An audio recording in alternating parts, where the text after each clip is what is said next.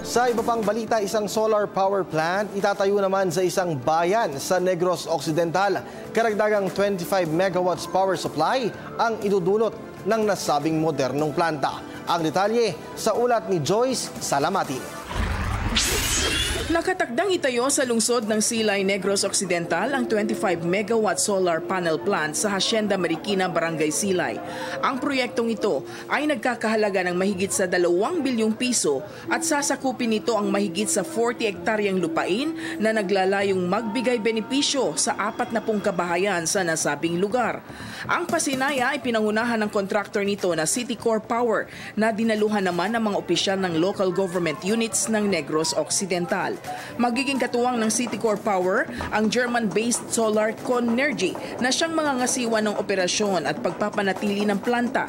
Sa Megawatt Construction Corporation naman ang hahawak sa konstruksyon at pagtatayo ng nasabing proyekto. As you know, the Feed-in Tariff program is a scheme of the government to encourage the developers to invest in renewable energy. So it provides a 20-year guaranteed electricity price for the developers. With the arrival of the solar power plant, we have proven once more that Negros Island still has a lot to offer. Inaasahan naman na ang nasabing proyekto ay magbibigay ng karagdagang trabaho at pagkakakitaan para sa mga residente sa nasabing lugar. Sa ngalan ni Joel De Vera ng PTV Bacolod, Joy Salamatin, Telebisyon ng Bayan.